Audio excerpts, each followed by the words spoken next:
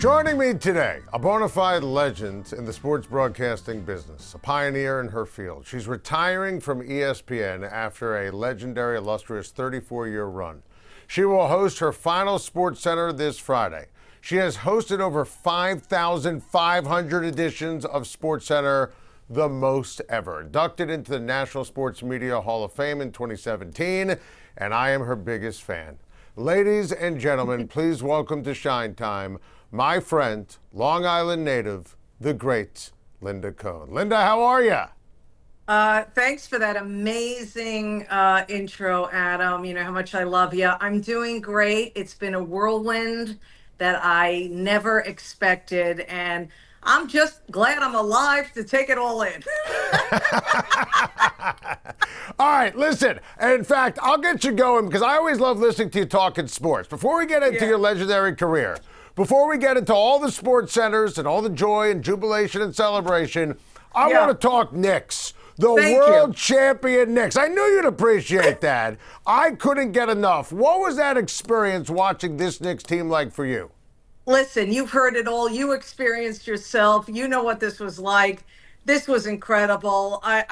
There's so many layers to it. But what I love most about it is this team, capitals, team, likable, caps, likable, all in it together. Nothing individual. Jalen Brunson, number 11, just like Mark Messier, number 11 in 94, breaking long droughts, unselfish.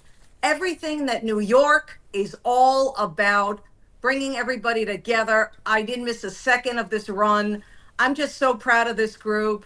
And plus, all of us, you, me, everyone and their grandmother, when Mike Brown was hired and Tibbs was fired, we were like, what the heck is James Dolan doing? But kudos to Coach Brown and his coaching staff. But the leadership starts with Jalen Brunson in that locker room, and it showed on the court. And they always believed.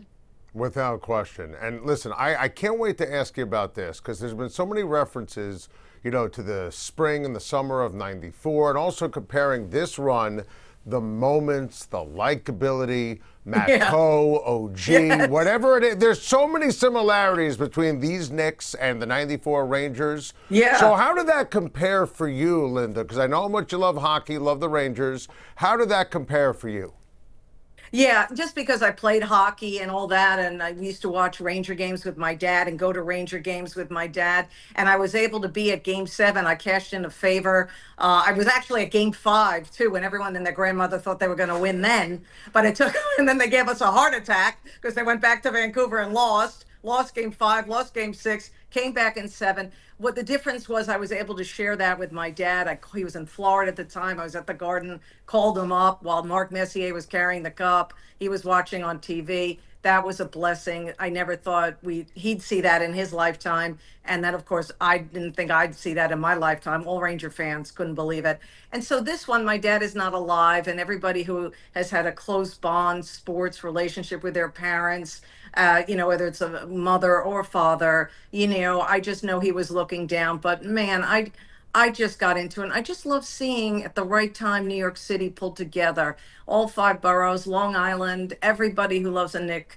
I like the alumni too. I love that the old time Knicks, and they're not that old, but you know, Walt Frazier and, you know, to Patrick Ewing, to John Starks, they were all in. I mean, that says a lot about this franchise. 100%. You nailed it. And it's just incredible when you look at the Knicks alum and the Knicks players and the likability and what it meant to so many people. And it goes back to '94 as well on a personal level, professional level.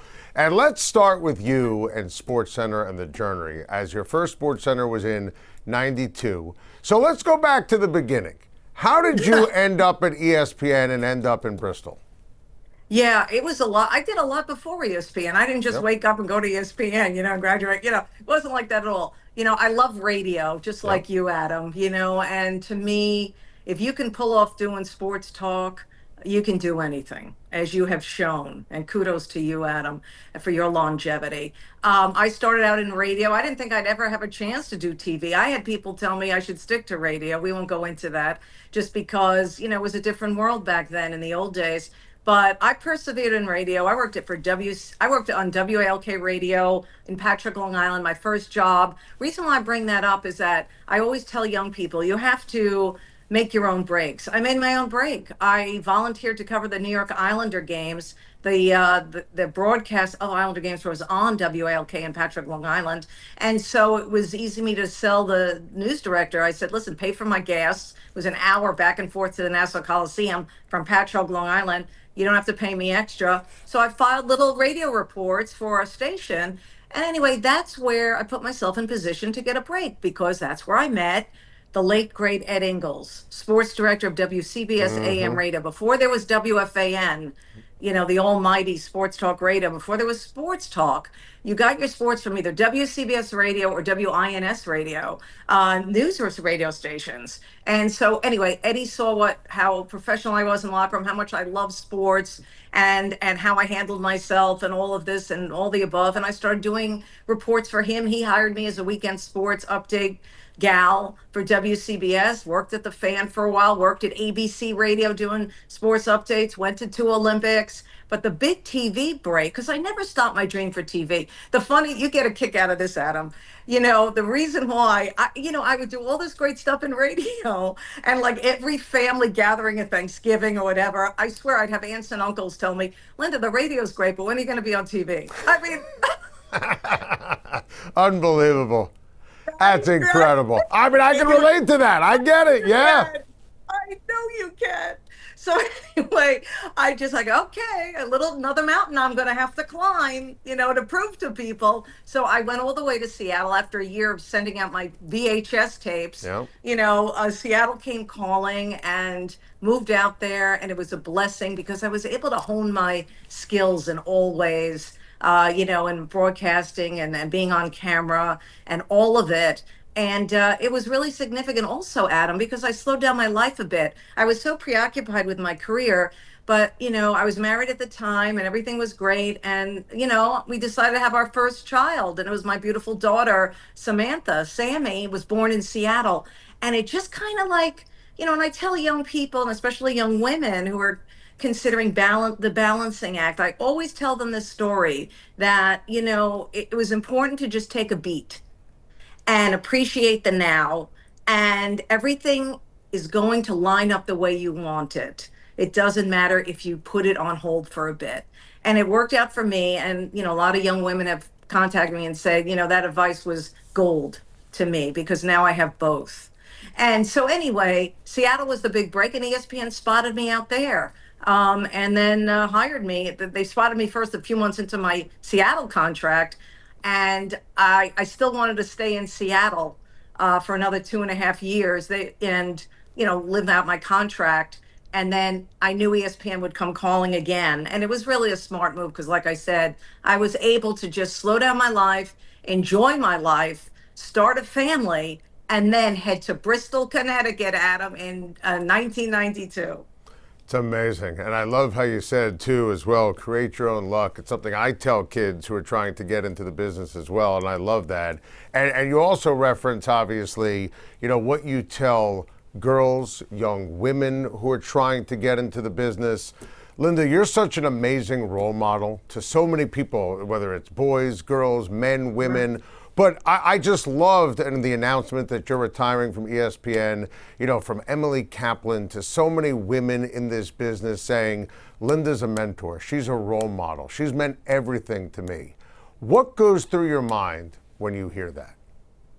Adam, when the announcement was made back on Monday, I started getting those kind of tweets and text messages from young women. And that's when it really resonated. That really was the happy tears came falling down. And I'm not just saying it, I mean it. And the video I posted, you can tell in my tone, my voice, my look on my face, it was just being grateful. And I'm so happy my professional legacy for me is making an impact with those young women who started out watching me on the SportsCenter re-airs. They could be in kindergarten, first grade, second grade, but when they saw me sitting in that SportsCenter chair, they knew anything was possible, that they too could be and talk sports and in any way, in any level of the profession. And I love that. I love that so much. And you mentioned young boys too. They, of course, that's my obviously because Sports Center and sports and men and young men and all this stuff. I love that. That's my biggest following, especially the first 20 years of those 34. And what I love about that is when early on, at that time, I knew I had made it. And it's when guys would come up to me and they would say, "Don't take this the wrong way, Linda, but I didn't take my sports from a girl or a woman until you. You're one of us." And that was, I said, "Wrong way? That's the best compliment I could ever receive." I go, "I love that. Thank you for sharing it." So those are the kind of impacts for each gender that I'm most proud of, because men realize and boys realize that women can talk sports. And of course, the young women, the young girls who grew up knowing that they too can do whatever they want, no matter what it is, if it's if they're used to seeing just boys doing it. I love that. Now, it's funny. I had a professor in college. I once asked, I have a New York accent. I said, should I go to a speech pathologist if I want to do things nationally? And his name was Bob Lissett. He said, Schein, I will hunt you down and I will kill you if I ever hear that you go to a speech pathologist. So I'm curious, you're on SportsCenter, you're in Seattle. Did anyone ever say, Linda, you sound too New York? Or did you, what was your boss's take at ESPN? Did you ever try to hide it, an anchor voice? Because that to me was always part of the charm and the beauty of Linda Cohn. Oh, thanks, Adam. And I'm like your professor. I'm so glad you didn't go to a speech pathologist. It's funny you brought that up because, I took TV production at Oswego State, one of the classes, and this great professor I had, his name was Fritz Mazer. And I asked about the accent thing. I said, because, you think I'm going to have to lose the accent, just like you considered it. Yep. And Fritz said, this is how you lose the accent. You talk slower and open your mouth wider when you speak. And it's interesting if you watch these early videos of my work on SportsCenter, because I didn't want to upset the apple cart. To your point, I didn't want to get outside the lane. I thought they would come down hard on me. So I did exactly that advice. You don't hear my accent hardly at all on those early sports centers, probably the first 5 to 10 years, because I was afraid. I was afraid. I was like, oh my, because, I still was I had a gray area, and being a woman there and doing all those sports centers that I did at the time and all that. That's why, and also another factor, I love all these pictures and videos of the different looks of Linda, Right. through the years. Yeah. All right. So I bring this up because it was the same sort of thing. I didn't want to have attention coming to me because of what I wore or how my hair looked.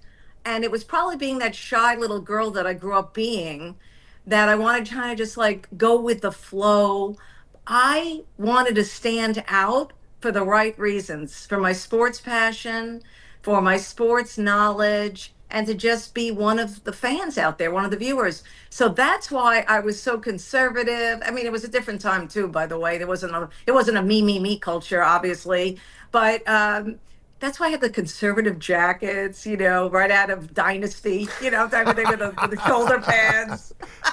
Joan Collins and Linda That's Evans, right. Yeah. And that's what I get a kick out of too. Yeah. So many legendary anchor combos. You worked with everyone. Who were your favorite SportsCenter anchors to work with? Who did you have the best chemistry with? Yeah, it's tough to answer that, but you know what, Adam? I can say anything now, right? That's right. I mean, That's right. but the no-brainers definitely were John Butcher Gross, not necessarily in this order. Rich Eisen, my buddy, who I just did that This Was SportsCenter episode with, which was just someone, we even had the chemistry there, was so much fun. And a guy by the name of Steve Berthume, who was there for a while.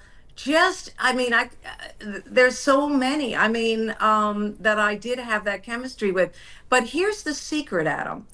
The secret to great chemistry among SportsCenter anchors is that each of the anchors, They let you be you, but also can mend together. You can blend together. You cannot step on each other. You understood each other. And a good co-anchor listens to what you're saying, listens to what the other co-anchor is saying, so they find opportunities to play off that. And it becomes such an easy listen. And for the viewer, it's not like, oh, those two people don't like each other, or those two people are just doing their own little sportscast. They're not even talking to each other. And it's not forced. The key to good chemistry, it's not forcing anything. So, I'm sure there are plenty other people that I loved working with. Kevin Connors is another guy. Love Kevin.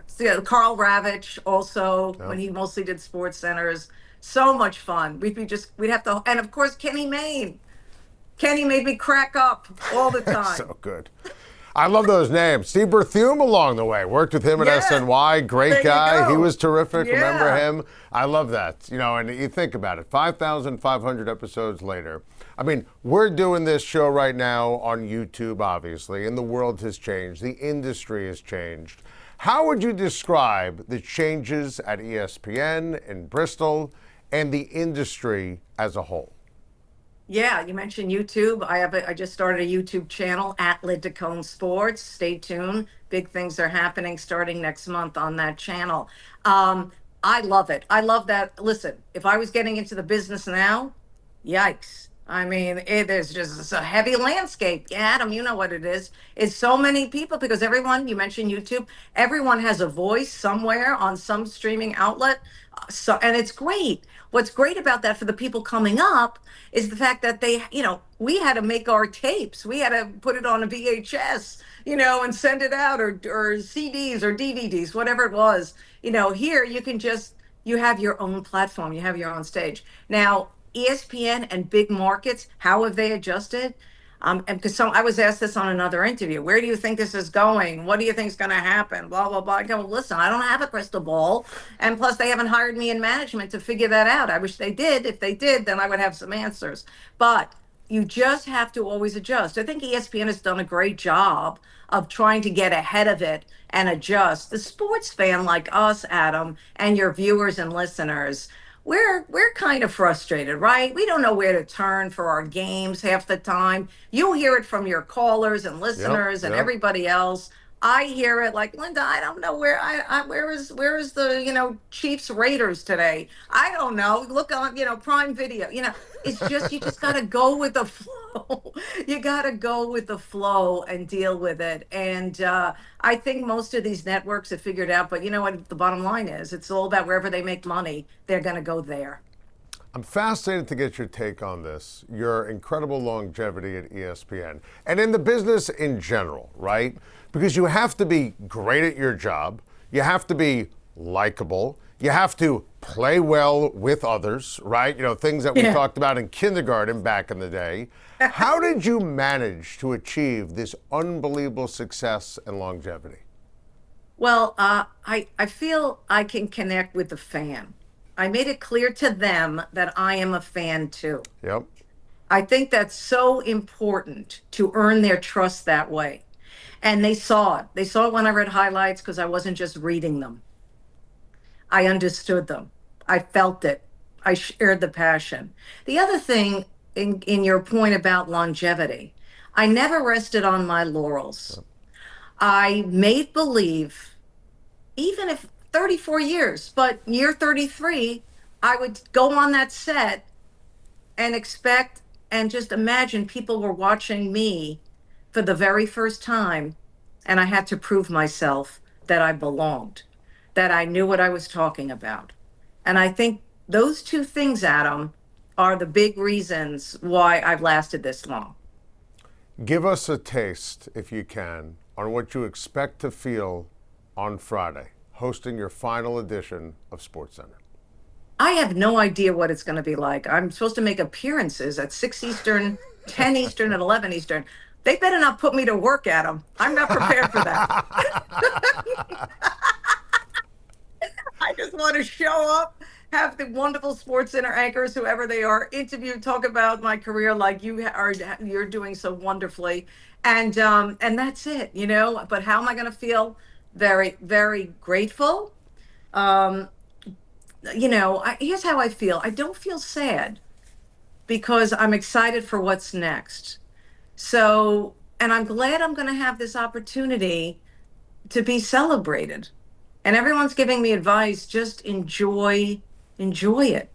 It's hard to enjoy that now feeling and not look for the next thing. So my goal is to enjoy whatever is in store for me Friday night in beautiful Bristol, Connecticut, and just really take it all in. And let's just hope it is the worldwide leader, Adam. Hopefully someone's taking pictures and shooting some video. So I will always have this. Absolutely, without question. Now, before we let you go, you reference it because you know that I always love watching you and listening to you, and I value your opinions, and you're a huge sports fan, as you reference. And what's next for Linda Cohn? Because I know that I want to make sure that I'm ready for the next chapter for Linda Cohn. Well, there's something very exciting. When you work for a big company, you don't have the freedom to say what you want.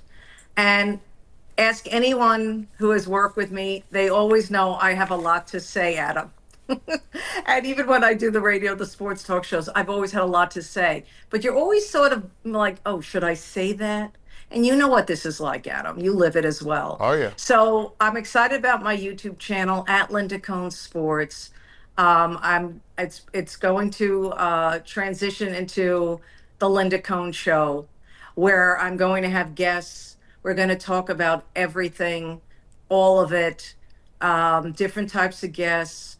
And Adam, you're on my guest list. There we go. You better show. So please subscribe to that. So that is what I'm really focused on. And here's the most important thing. Why am I doing that? Why am I not playing tennis full time and just hanging out by the beach? Because I can't do that. My own kids tell me, Mom, you never can fully retire. That's impossible. And this way, I have the freedom to have fun on my own stage. I can't wait. It's going to be amazing. And by the way, I'm excited to be a guest on the show. Yes! That's going to be incredible. Yes! Amazing. You're on the list. I put you down. Linda, you're the best. We appreciate it. We know it's an emotional week, a week to be celebrated. You deserve it all. And congrats on an iconic run at SportsCenter and ESPN. Thanks, Adam, for having me. And you're the best. And you know how much I love you. Keep crushing it. Our friend, the great Linda Cohn. That's the show. If you missed any portion of the show, just do what I do. Rewatch the show over and over and over again. Go to the New York Post Sports YouTube page, California Post Sports YouTube page, and search Shine Time. See you tomorrow on Shine Time.